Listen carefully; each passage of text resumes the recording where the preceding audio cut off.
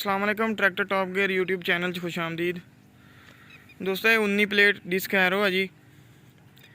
ਇਹ ਤੁਹਾਡੇ ਨਾਲ ਇਹਦੀ ਮਟੀਰੀਅਲ ਦੀ ਡਿਟੇਲ ਸ਼ੇਅਰ ਕਰਦੇ ਹਾਂ ਤੇ ਐਂਡ 'ਚ ਇਹਦੀ ਕੀਮਤ ਵੀ ਤੁਹਾਡੇ ਨਾਲ ਸ਼ੇਅਰ ਕਰਾਂਗੇ।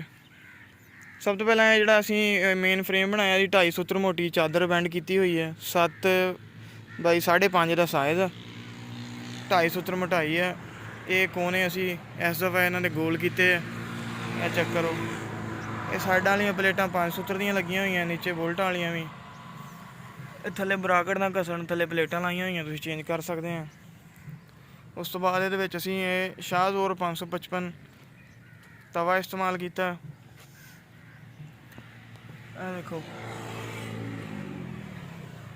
ਦੋਨੇ ਸ਼ਾਫਟ ਨੂੰ ਡਬਲ ਨਟ ਲਾਇਆ ਤਾਂ ਕਿ ਆਪਣੇ ਆਪ ਖੁਦ ਖੁੱਲ੍ਹਣ ਆਏ। ਇਹ ਧੱਕ ਵੀ ਲਾਈ ਹੋਈ ਆ, ਫਰੇਮ ਨੂੰ ਕੋਈ ਮਸਲਾ ਨਾ ਬਣੇ ਰੋਡ 'ਤੇ ਜਾਂਦੇ ਹੋਏ। ਉਸ ਤੋਂ ਬਾਅਦ ਇਹ ਸਕ੍ਰੈਪਰ ਅਸੀਂ ਇਹਨਾਂ ਦਾ ਵੀ ਇਸ ਦਫਾ ਡਿਜ਼ਾਈਨ ਚੇਂਜ ਕੀਤਾ ਹੈ। ਚੈੱਕ ਕਰੋ, ਤੁਸੀਂ ਆਪਣੀ ਮਰਜ਼ੀ ਨਾਲ ਜਿੱਥੇ ਐਡਜਸਟ ਕਰ ਸਕਦੇ ਹੋ, ਜਿਸ ਤਰ੍ਹਾਂ ਘਸਣ ਇਹਨਾਂ ਨੂੰ ਅੱਗੇ ਪਿੱਛੇ ਕਰ ਸਕਦੇ ਹਾਂ।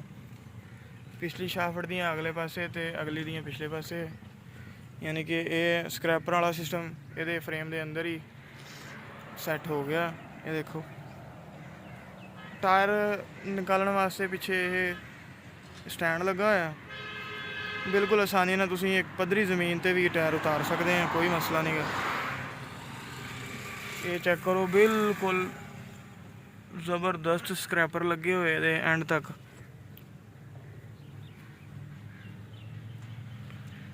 ਪਿਛਲੀ ਸ਼ਾਫਟ ਦਾ ਵੀ ਜਿਹੜਾ ਨਾ ਇਹ ਡਬਲ ਨਟ ਲਾਏ ਹੋਏ ਆ। ਉਸ ਤੋਂ ਬਾਅਦ ਇਹ ਸੈਂਟਰ ਪਿੰਨ ਲਾਈ ਹੋਈ ਅਸੀਂ। ਪਹਿਲਾਂ ਅਸੀਂ ਇੱਥੇ ਪਿੱਛੇ ਲਾਉਂਦੇ ਹੁੰਦੇ ਸੀ, ਹੁਣ ਇਹ ਸੈਂਟਰ 'ਚ ਲਾਉਣ ਲੱਗ ਪਏ। ਇਹ ਦੇਖੋ, ਇਹਨੂੰ ਵੀ ਗਰੀਸ ਕਰਨ ਵਾਸਤੇ ਨਿੱਪਲ ਲਾਈ ਹੋਈ ਹੈ।